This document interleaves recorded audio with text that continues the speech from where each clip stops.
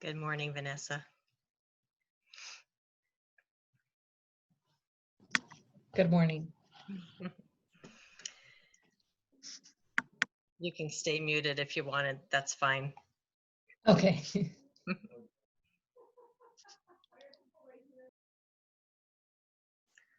see.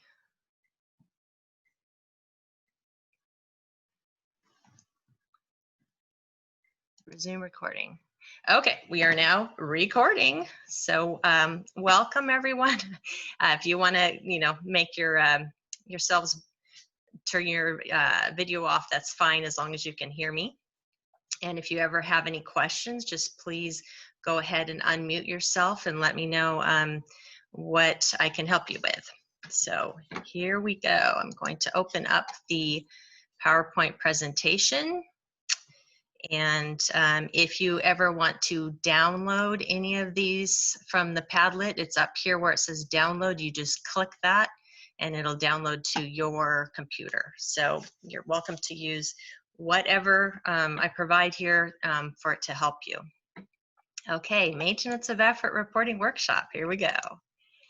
So for the agenda, we're going to quickly go over why we have to do these reports, the SEMA, the SEMB, and the SYT, which is the subsequent year tracker, and how the reports are intertwined, and there's a specific order in updating them so that you can get it all correctly done. We're going to outline the 4 maintenance of effort tests, and the good news is you only need to pass one, just one.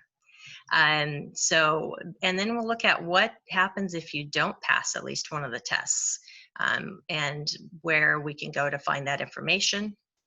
I'm going to take a quick look at the exemptions form that hopefully will help you pass the tests if you are having some difficulties. Then we're going to dive into our individual reports. I'm going to walk you through an example and give you time to work on yours, and then you can ask me questions if you want. And then you can always get back to me later and have me look at your reports, because we now have a new process when you are ready to submit them. They need to come through our office and let me review them first. Okay, moving on.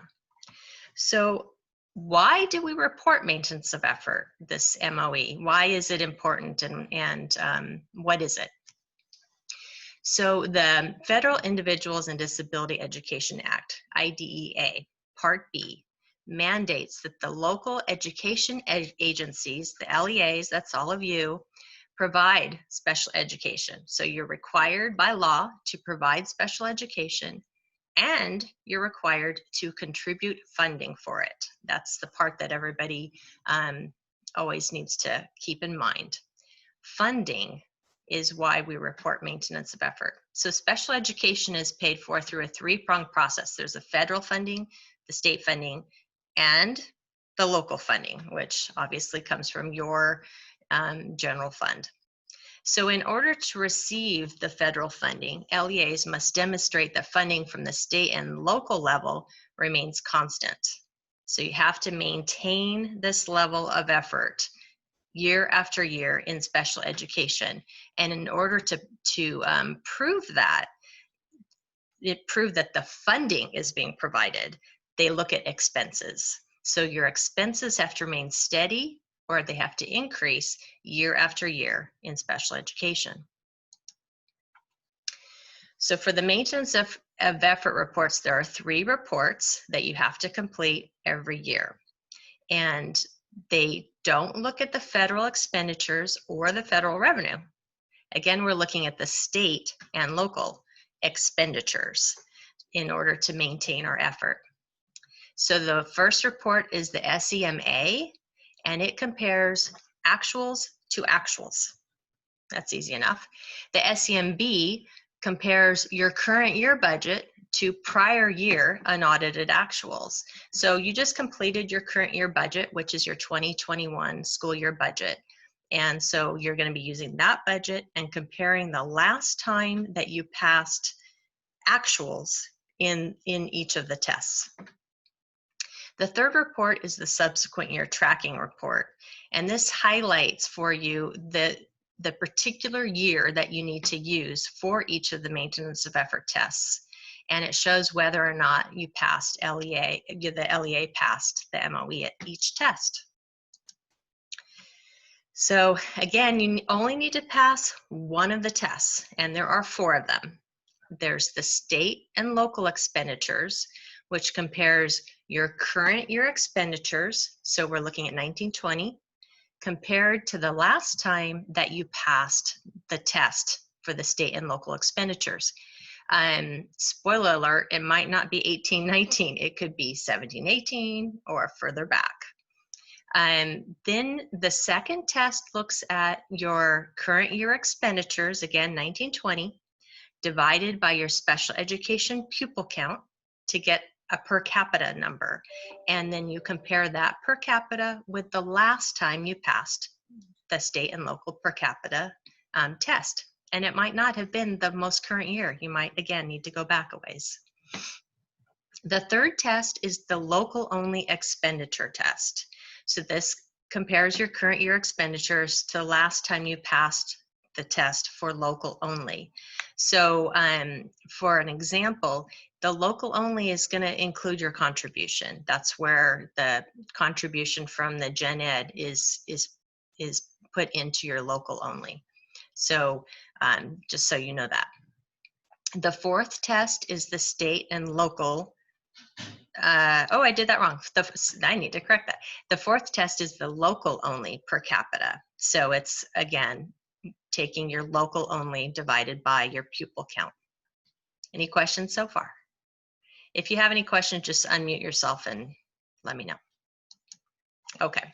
And I feel like, you know, you guys are all pretty familiar with this, because I'm looking at your names and you've all done this before, or kind of know a little bit about it anyway. So here's the big question.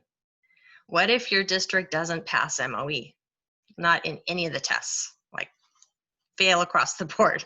So if that happens, you need to go back and look at what has changed since the last time that your district or your LEA passed that particular test. Do you have exemptions that can be used to help pass the test?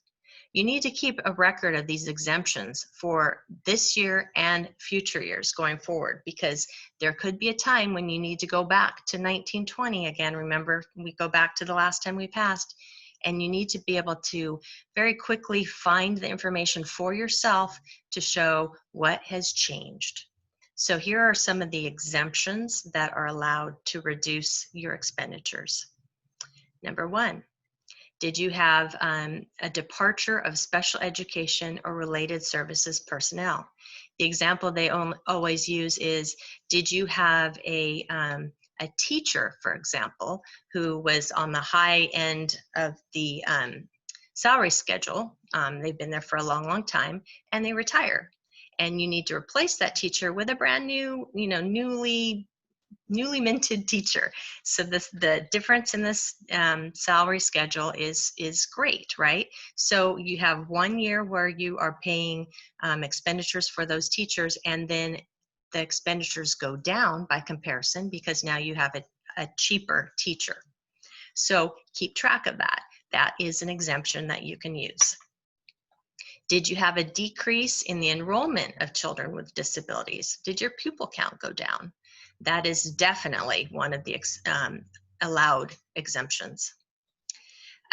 Did you have a reduction in a required obligation for an exceptionally costly program? For example, 1 year, did you have a student in non-public school placement, and the next year that student came home, or maybe they graduated? Then you're going to have these expenditures that definitely are going to dip, right? So keep track of those things. And the last one is the termination of costly expenditures for long-term purchases, such as equipment or construction of school facilities. We noticed one last year that we were able to use, the purchase of school buses. So we had a LEA who purchased a couple school buses 1 year, so their expenditures up here. The next year, they don't need to purchase school buses again, so their expenditures go down. Those are all allowed expenditures that you can use the exemption form in order to help you pass MOE. So let's take a quick look at that form. I need to go out. So you go back over here to the Padlet, you click on the exemptions form. It says they're fetching our data. Okay, so if you need to use this form, there are several different tabs down here that you can use. So you will need to put in this information, your LEA information. Then it'll say, okay, here is voluntary departure. Remember that was that first exemption of a teacher, say, that retired. So that dollar amount, I think, ties over here. Let's click it. So you would click on this tab that says detail reduction number 1, the position title, the employee name, the reason for leaving, retirement, let's say, salary, benefits, total. Okay, so it'll go all the way down, it'll total down to the bottom some number that will then populate back into here. And if it doesn't populate, you'll just type it in. Okay, a decrease in the enrollment of children with disabilities, number 2. So here you would go to detail reduction number 2. And you would fill in this spreadsheet, which talks about your unduplicated pupil count, and you would put those numbers in there. The next one is the termination of the obligation to provide a program of special education that is exceptionally costly. Let's say it's non-public school placement. And here are the reasons. The child has left, they've reached the age when they no longer need it, or they reached the age when obligation. So they've graduated. Okay, is B. C is no longer needs the program. So your IEP says that student no longer needs non-public school placement, or here they've left, they've moved on, or they have graduated. You will go then to detail reduction number 3. You will fill in the student's name, reason, indicate A, B, or C of those examples up here, and the total cost. So let's say the non-public school placement for your portion of the education of that student, let's say it was $25,000, you would put that in there, and then it would go back and it would tie back to this. So you have to do both. You have to do both this template here, and you have to fill in the backup stuff. The termination of costly equipment then is number 4, and you would say, purchased a bus the prior year, no longer need to purchase another bus, and the dollar amount of the purchase of your bus. And that would go in there. Okay, so if you have any of these exemptions, you will need to fill out the form, and you will need to submit it with your SEMA, or you may be using it for your SEMB. So for example, in 1920, you had all these expenditures, and going forward into your budget year that you're not going to have them. You would use this information as well. Are there any questions on any of that? I see none. Okay. All right, so see if it takes me back to where I left off. No, it doesn't. Okay. Quick look. Okay. So now we're going to dig in. So these are the things that you will need in order to complete your reports. You will need your subsequent year tracker. And I have attached that here. You could just download it. Your SEMA report, that is what you're going to get from your unaudited actuals. It's, kind of at the end of your unaudited actuals. Your pupil count, which I sent to you, and we are using CalPads. I found out just yesterday. It's kind of gone back and forth. And so I need to change this. It's not pupil count. It's going to be your CalPads fall. So I need to change that. And because in the past, what they used was the pupil count as of December of the prior year. And they're no longer using that since we've switched over to CalPads. So that information is needs to be updated. And you need your SEMB report. B, remember, is your budget. So the order to complete these reports, you're going to do your SYT 1920 data first. And then you're going to use that data along with the information you get from your SEMA to complete the SYT. And then you're going to go back and you're going to update your SEMA on your MOE pages. Then once that is completed, number 1 and 2 are completed, then you will be able to go and do your update your SYT for the 2021 data for your budget information, and you're going to use your SEMB for that. You have to do it in this order because if you don't pass your SEMA for any of the tests for the 1920 data, you're not allowed to use the 1920 data for your SEMB. So I'll show you how all that works. Okay, so I'm going to leave this for you guys to give you the instructions on how to go and update the SYT, but now I'm going to go and show you how to do it. Okay, I'm going to open the subsequent year tracker, and you click right under the AR here, and it's actually, oh, okay, I need to download it. So you download it,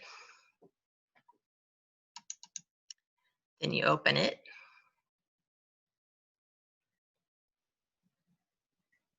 Okay, see this little tab right here?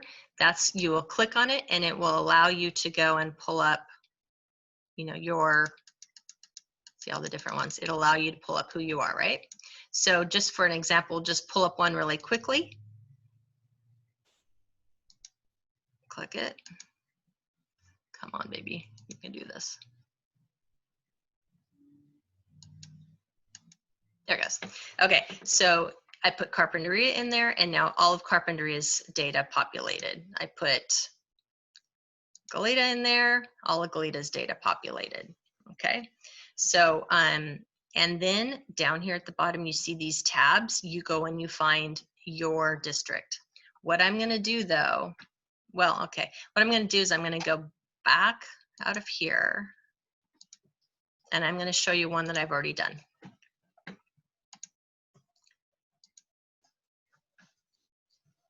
Okay, so what I did here was I asked for Buellton to provide information for me, and thank you very much, Diane Turner, for submitting that to us. And we're using this as an example.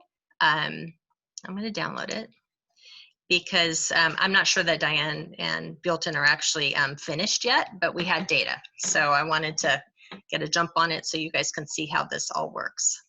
Enable editing. Okay, so we did the thing where we go and we found Buellton. Okay, and then so Buellton is all populated. Then I go over here to the Buellton tab. Okay, and you're going to want to fill in, I mean, you go to your tab for when you do it, but I'm doing Buellton. And then you go in and you take your SEMA and you fill in the data here. So total special education expenditures less your federal sources gives you your state and local. Do you have to fill in this column?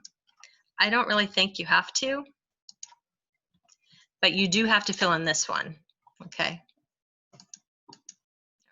So so column D here is your state and local sources. Right off of the SEMA. The 312 here is the CalPADS pupil count number. And once you put in this number and this number, it will calculate this one for you. So that's your per capita number. Kim, I have a question. Yes, go ahead, Sandy. So don't we have to go to our specific tab? Yes. And then it's going to populate this sheet, correct? Yes, so if I were to go to, let me see, where is You go to the Buellton tab at the bottom. Right, so if I go to ORCUT, here's ORCUT, and so far now ORCUT is not updated. So you would start putting in your numbers. And Yeah, it would, okay. okay, so I have already done that for Buellton just so you can see. What, Okay. okay, so I put in this one, I put in the pupil count, which is CalPADS, it calculates this one for you. So that now is all your state and local information. Then you go across over here to column B. You input again your pupil count number, and you go to your current fiscal year. This number here is your local only. This number is very low, so I'm thinking Built-in is not done yet. I'm thinking there's going to be some more information put into their unaudited actuals. The per capita local expenditures calculates for you.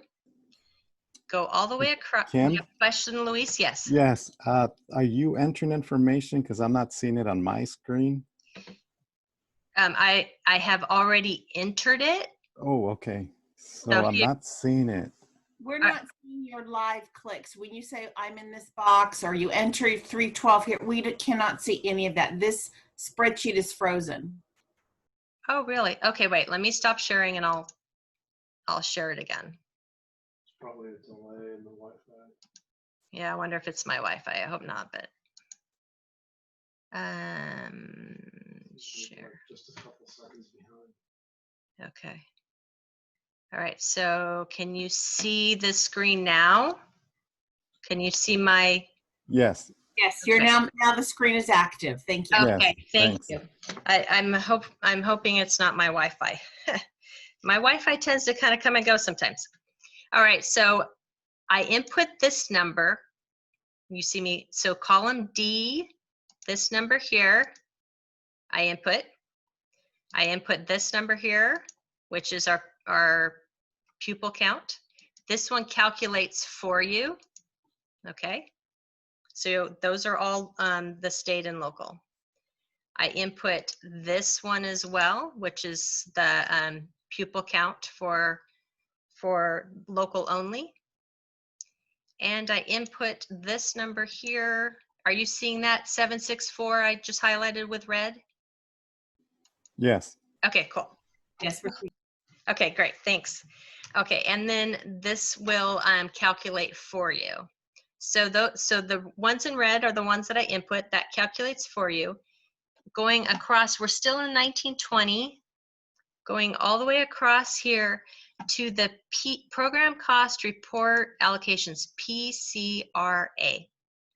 If you have any of those on your SEMA, you're going to want to put them in here. Built-in at this point did not have any. Now here's a tip.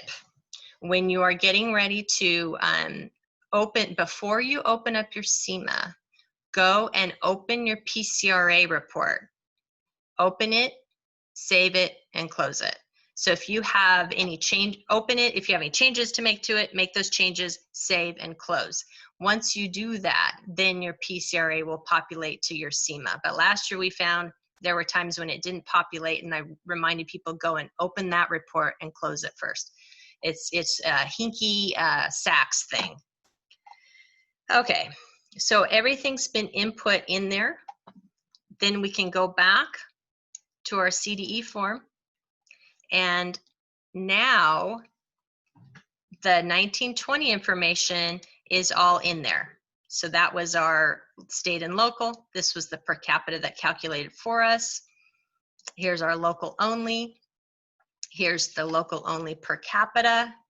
And here is the pupil count, okay? So now a quick point on the pupil count. So because we're using CalPADS, the fall CalPADS number, you may see that your pupil count goes down, because remember what I said in the past, we were using December of we would have used the December 1 pupil count. So there may be a lag in the collection of special education students. In other words, maybe there is a difference between fall and December in the collection and the accounting of those students. So this particular year of 1920, we may actually see our pupil count go down. And truly that's going to help you this year. So it's, because you have a lower per a lower pupil count, and that per capita then does the dividing by that. So we may actually get a little bit of a benefit this year of switching over to the CalPads for fall. Okay, so this, can you still see my screen? Still seeing my numbers? If Yeah. Yes. Perfect. So I just highlighted this one in red just so you can see it. I am pretty sure that Buellton is going to probably have more numbers that are going to be added in. Remember, this is an example. So that number's probably going to go up by the time they submit it to me, because it's been higher in the past. So, and maybe perhaps the contribution hasn't been counted in that number yet. So, but because it's low like that, if that were the real number, they would fail. They wouldn't pass, because you can see compared to the prior year, it goes down. So they would fail for that test. But they passed in those two tests. And since they fail in this test, they usually are going to fail in that one too. So the local tests don't pass, but the other two do. And you only need one. You only need to pass one. So, oh, admitting Dina. So if so does anyone have any questions on how we did the SEMA part of the SYT? You're all champs. Okay, so now we are going to go back out of here.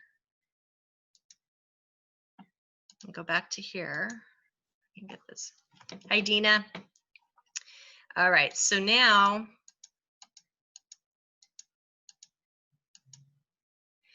what we did then was we just now updated our SYT with our 1920 expenditures data. And then you're going to want to go back and make sure, then you're going to have to go back to your SEMA and start updating that. So on the SEMA, there are items that you have to do manually. It's the only part that's populated into the SEMA comes from your unaudited actuals for the year that you have unaudited actuals. So it's 1920 this year. All your 1920 expenditures are populating into the report. But the rest, you're going to have to go in and manually update. So the first thing you're going to do is you're going to go to that LECY page 1, and you're going to put your pupil count in, your CalPads number. And then you're going to use your subsequent year tracker to update all of the other reports. So let's go and look at the example that I have then for Buellton. Is this one over here. Okay, so can you see that okay? I think I can probably make it bigger. Yeah, can everybody see that okay?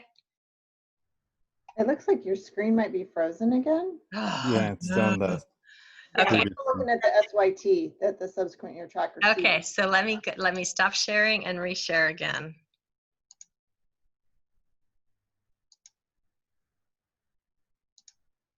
Okay, can you see it now? Yes. Okay, Yes. maybe that's the problem, flipping from one to the other. Okay, so shrink it just a little. All right, so this is your very first page of your SEMA. It's page 1 of 2 of the LECY. And what you're going to do is you have to actually manually put in, oh, it didn't, I updated this. Okay, hang on.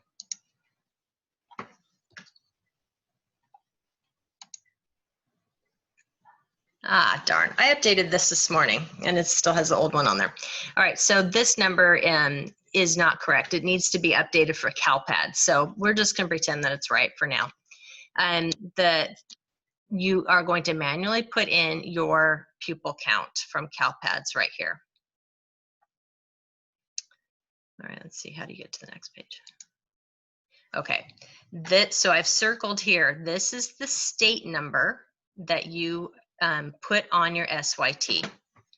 So you go to the section that says state and local expenditures, and that's the number that you put in that one column on the SYT for state and local expenditures. This is where you collect the local only. Everybody still seeing that? Hopefully. Okay. Yeah. We're Yes. following along. Yes. Okay, very good. The trials and tribulations of Zoom. Okay, so then this next page then is the LEPY. So this is the prior year data. So this for us this year, it's the 18-19 expenditures. You'll just collect this right off of your SYT for 18-19. So you'll put in your expenditures for state and local, your expenditures for local only, your pupil count, that was for 18-19. If you had any audit adjustments, you would put them in here. You probably didn't have any, but if you did, you would. Okay. Now this page is, you use this for your exemptions. Remember I showed you that exemptions form that had those several tabs and you would fill it out. You would fill that out first and then you would transfer that data over to this page. So let's say you had number 4, you had a bus that you purchased in 18-19 that you don't need to purchase again in 19-20. So you would put here, you know, that it was number 4, the equipment, and whichever one it affected, if it was state and local or local only, and you would fill that information here. It would have to tie exactly to that exemptions form. Anybody think they're going to have any of these kinds of exemptions this year? Or do you have any idea yet? Not yet, but this coming year, because we're having to buy so much technology and computer equipment due to COVID, perhaps the following year. Okay, so that brings up a very good question in my mind. So if you are purchasing equipment, and if you are using, I think that was Diane who said that, right? Are you using your federal CARES or gear funds in order, like distance learning funds that you're receiving to purchase those? Not at this time. That's a good question. We're just using our regular fund that we have set aside for technology. Okay. And this is technology that is specific to special education students? Yeah, specifically our kids in our STEP classes and our SDC special day classes who are requiring different types of technology, different types of hearing sets, different types of things like that, that we're having to provide each student at their home. Okay, gotcha. All right, so in that particular situation then, I believe you can use this number 4 for the next year, for saying, you know, we purchased all this equipment that it was one, you know, we don't need to do again. If in fact you are using the CARES funds or the gear funds, they are federal dollars that are going to be coming to several LEAs, right? And you have to use them within a certain period of time, some of it by September or something. I mean, it's all real quick, some of them by December. Those are federal funds, and some of those funds are generated based on special education pupil count. But you do not have to code them as special education, and I'm recommending that you do not. So again, thinking about the maintenance of effort reports, they are not looking at funding, they're looking at expenditures, and they're wanting to make sure that our state and local expenditures are maintained, right? So you're going to receive this one-time funding. Hopefully it's 2-time and 3-time, but for right now, it's one-time funding and it's federal funding. You do not have to, and the requirement is that these funds, even though they are generated by special education students, the funds are supposed to be used for distance learning for all of your students. So in my mind, that's gen ed money. I mean, that's money that you would use. You wouldn't code it specifically as special education. If you don't code it as special education, you go into the next school year, you don't have that decrease, right? Because you used it once and then you're never going to use it again. So try not to code it as special education funding, because the intent is that it's supposed to help all students in your district with the distance learning. If it's something very specific where you're having to buy equipment and you're not going to use that distance learning funds to pay for it, then make sure you keep track of all that stuff for the next year where you can use this. Hopefully you can use the number for the equipment. Okay, hopefully that answered that. If you have any other questions or problems as you're getting into this, just let me know. If I don't have the answer, I will definitely go find it for you, because this is all kind of new territory for all of us regarding the distance learning. Okay, the next slide then would be, you would use this if you are taking 50% of your federal dollar increase. So let me make it a little bit bigger so you can see it. This is this section 2 allows us to, as long as we have a meets, long as we're not in like dispro or have some sort of significantly disproportionate problem that we've been flagged for at our district, as long as we are okay with that, you're allowed to use up to 50% of an increase in your federal funding in order to reduce your maintenance of effort. Now, our federal funding remains mostly flat. So your increase in funding, like you could go in here and say, okay, what did I receive in 3310 in my current year? What did I receive in my prior year? And whatever that difference is, you're allowed to take 50% of that in order to reduce your maintenance of effort. Most people never do it because, well, it's an extra step, and also because usually it's such a small amount of money. And then the other problem is, once you do that, once you take that reduction, then you have to fill this part out, which says if your LEA exercises this to reduce the requirement, you have to show what funds were freed up, what you're able to free up by now, like it's not supplanting, but once you put that money in there, what did you do with that money? So unless you're keeping track of this really carefully, I recommend you don't do it. We don't have a big enough increase for it to really help you, and you would have had to be tracking that already. There was a time when this actually was a really great deal for us, and it was in the years when we had ARA funding, where we received a lot of money, federal dollars, and then we got to fill this out, and we actually got to reduce our maintenance of effort by that. But again, they're tracking it, so they want to know what you did with that money. Any questions on that? Okay. So Luis, you're here for this part. Let's see, where is it? Okay. So if you are a district that is required to use 15% of the funding, and I'm not talking about this year, Luis, but we're looking ahead for next year, you're going to be required to use some of this. You would have to fill this part out, but not this year. This year is okay.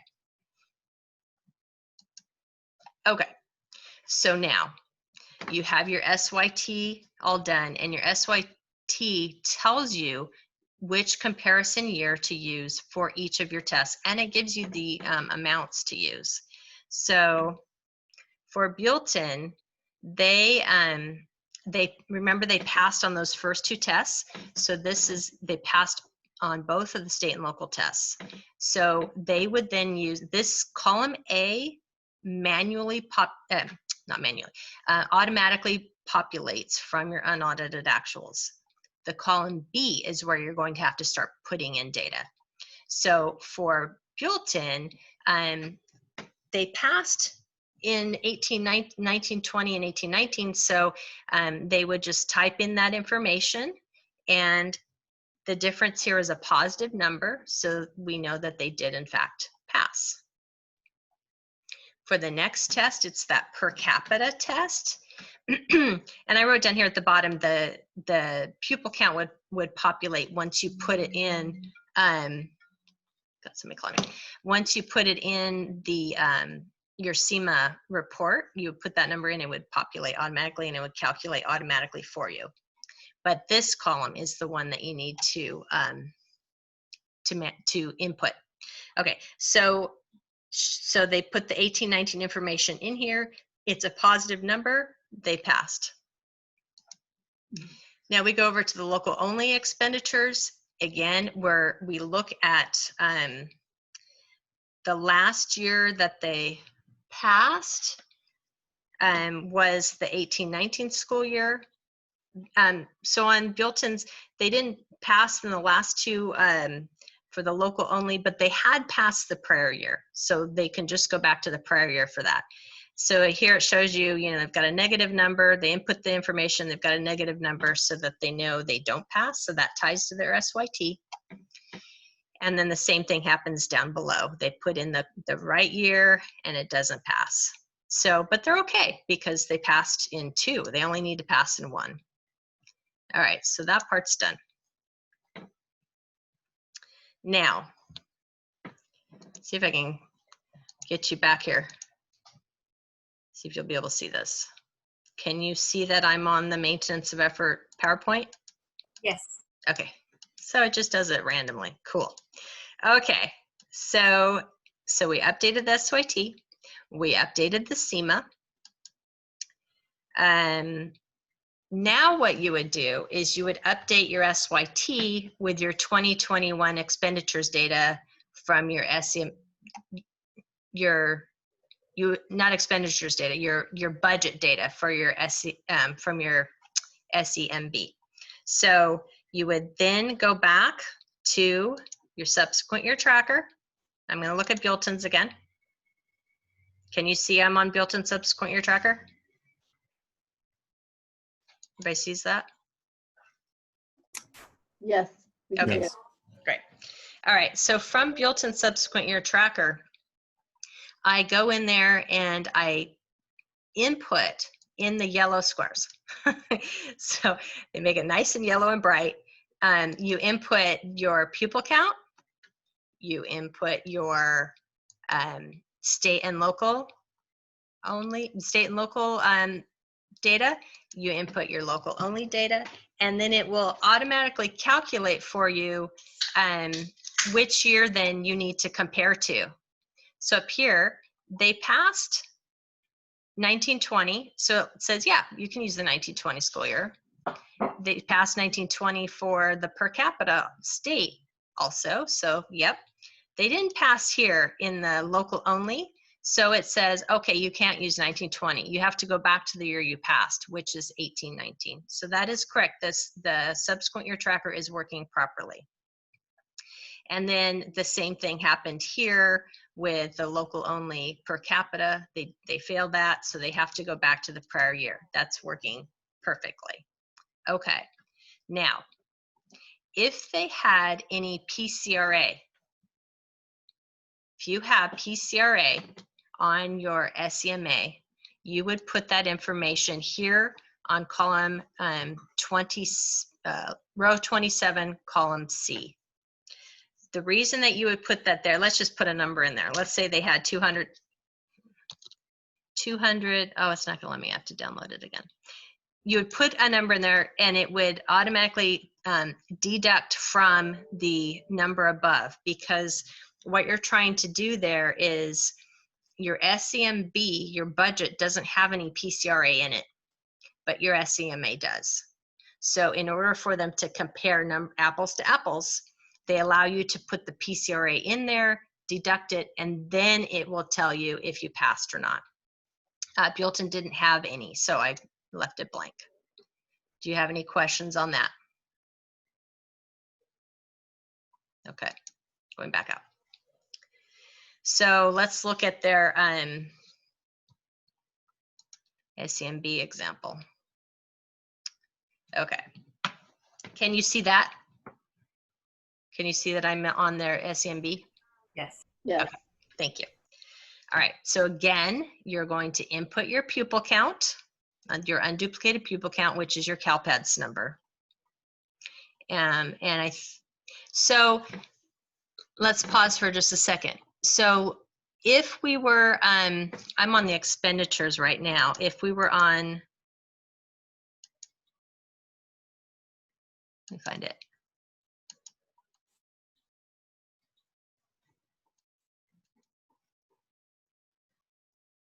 All right, no, okay.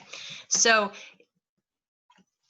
if we knew that our CalPADS number was going to change in 2021, like if you had a really good understanding of your CalPADS and you knew that the number was going to be different, you could technically put a different number in here. More than likely, you have no idea. I mean, CalPADS is just cut up and running, and but if you knew that this 357 by the time we get to fall CalPADS for 2021 was going to be something like 400, you could put that number in there. I think for just for this report, and because this is all new using CalPADS, I would just recommend you just keep the numbers the same from one year to the next. Okay. So I circled for you to use when you go forward the yellow box. Remember, we had those yellow boxes on the SYT. I circled the places where you would go in and you would fill in the yellow box.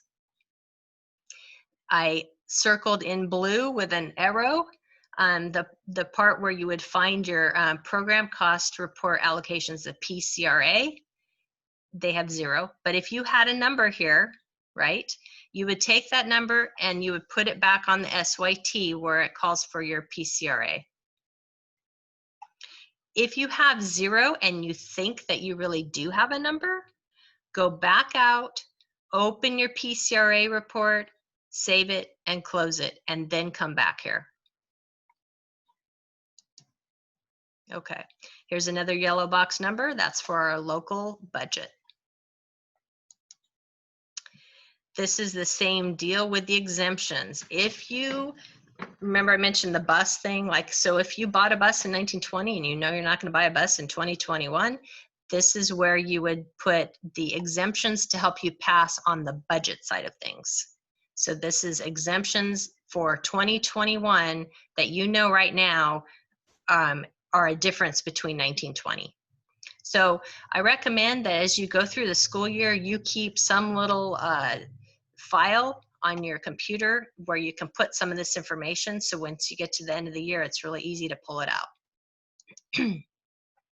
This again is if you are taking the 50% reduction, which I don't really recommend anybody does at this point. Okay, so now we get to our maintenance of effort pages for the SEMB. I wrote up here, you must do the SEMA first. Why? Because if you didn't pass the SEMA in any of these tests for 1920, you cannot use the 1920 school year. This is where lots of people make a mistake when I look at them year after year, is that they just put in the 1920 stuff, put in the prior year stuff, and you can't. You have to put in the information from the year off of your SYT that you passed that particular test. And it may be different years for each test. So you have to make sure that they tie. So you manually input this, and then you see whether or not you passed. You manually input this again for the local only. And again, it could be different years for each test. More than likely, it'll be the same years for the local only for the actuals to actuals and the per capita, but it could be different, I guess. All right, so, and then once you fill all that in,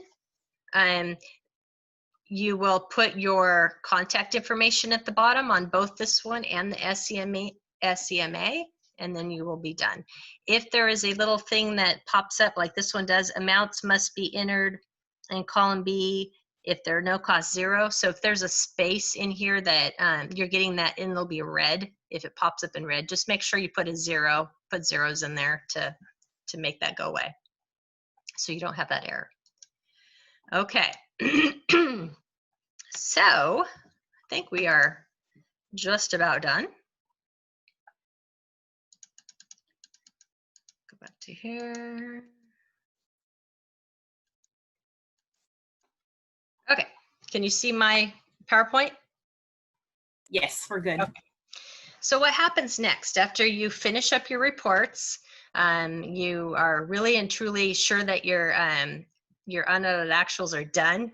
Then you look at your SEMA and your SEMB and your SYT, and they all have to match. They have to match. So when it comes to me and I look at it and I go, well, this one didn't match, that one didn't match, then I know that probably what happened is somebody made a last minute change and then sent it without updating the SYT. So all three have to match. Now, here is the new requirement. Before sending your DAT files off to your lovely financial, your district advisor at SBAS, send them to me first. Let me look at them. Let me make sure that they're okay. I may send them back for you to make corrections. Don't take it personally. I'm trying to help. And the important thing is that I have to review them.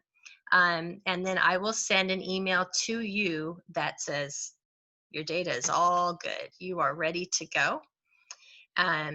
The SBAS is requiring that when you send in your DAT files, that you send that email that I sent to you along with it, because they want to make sure that I have seen it. So what has happened in the past is that some districts would send their information off to SBAS to review their unaudited actuals. They would get started, they would get halfway through, and then they would get to the SEMA and they would say, oh, okay, the SEMA is all good, right, Kim? And I'd say, I don't know, I haven't seen it. So then they would send it to me to look at it, and lo and behold, there were changes that needed to be made. Something didn't match, something had been updated, something changed, something didn't make sense, the exemptions weren't provided, whatever it is. And then I would say, oh no, I have to send it back to the district. And then that was a real problem for SBAS, because they were already in the process of auditing. Any changes that have to be made means they have to start all the way over at the beginning of their audit cycle, and that's not fun for anybody. So, or, you know, we want to make sure that everything is good before you take it to your board, because we don't want your board to sign off on this and then to find out that, you know, oops, you used the wrong comparison year for test number 3. I mean, something silly.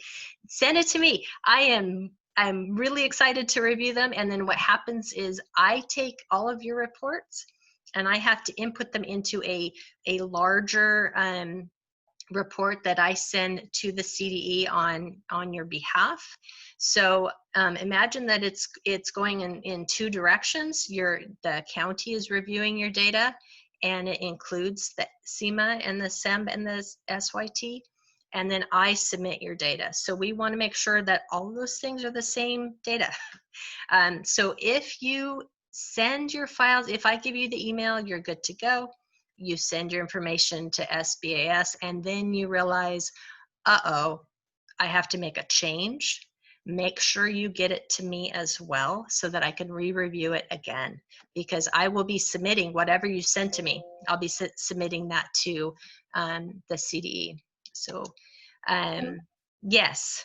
Sandy, I have a question. So with regard to sending, so I'm almost done with my special ed section of closing.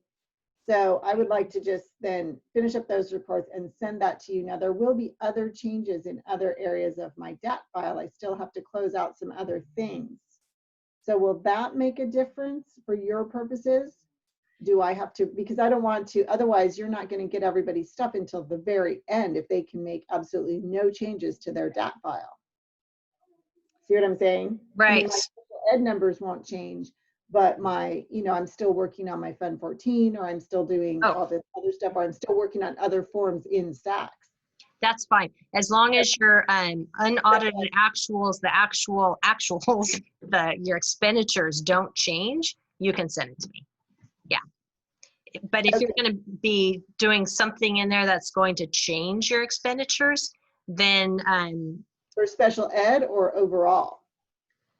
on your SEMA, Okay, as long as SEMB. it's SEMA or SEMB or PCRA, whatever, as long as your special ed forms don't change, I don't have to resubmit to you. Correct. Got it. That's correct. Yeah. That's what I kind of figured. I just wanted to make sure. Yeah. And so basically I'm going to do what I did here. I'm going to just pull out all three reforms, and I'm just going to go back and forth and make sure everything ties out. And it looks right, and that you passed at least one test, and that you used the correct, the year for comparison.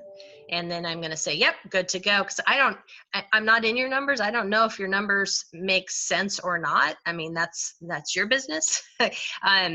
But you know, if something looks really strange, I might, you know, let you know, like, last year you had, you know, a lot more money in local only and now went down a lot. Are you sure you've got everything in there? I might do something along those lines, but I don't really have access into any of your data, which is why I'm not the one that's auditing you. The county is. They are able to see into your data.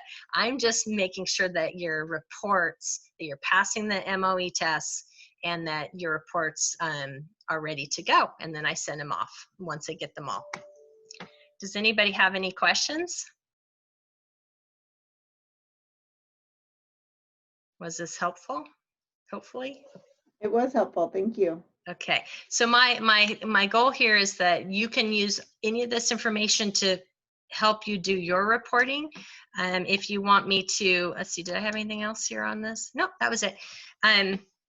Call or email your questions to me. Send me your file when you're ready. If you,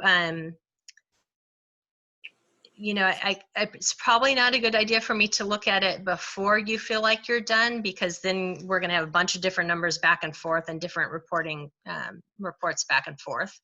So I kind of would prefer that you at least have your SEMA and SEMB and SYT done, like you believe you're done, and then send it to me, and I will review it and then give you your little golden ticket to send off with your reporting to SBAS, and then as far as I'm concerned, you're done. So are we good? Anybody want to try right now, or do you want to just go off on your own and then get back to me? Or has anybody been working on it and they want me to look at it right now? No. Okay. I figure you guys are probably, you know, getting really close, but not there yet. So, which is why I did this workshop early in the month, and then I'm going to do the one later when probably more people will be even closer.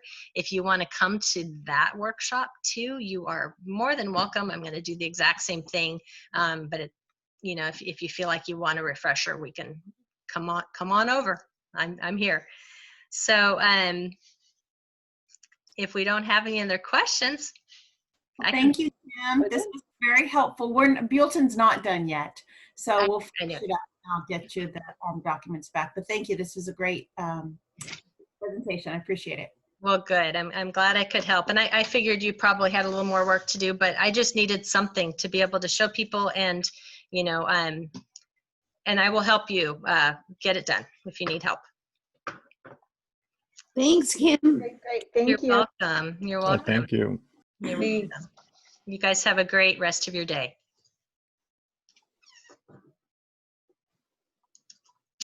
Okay.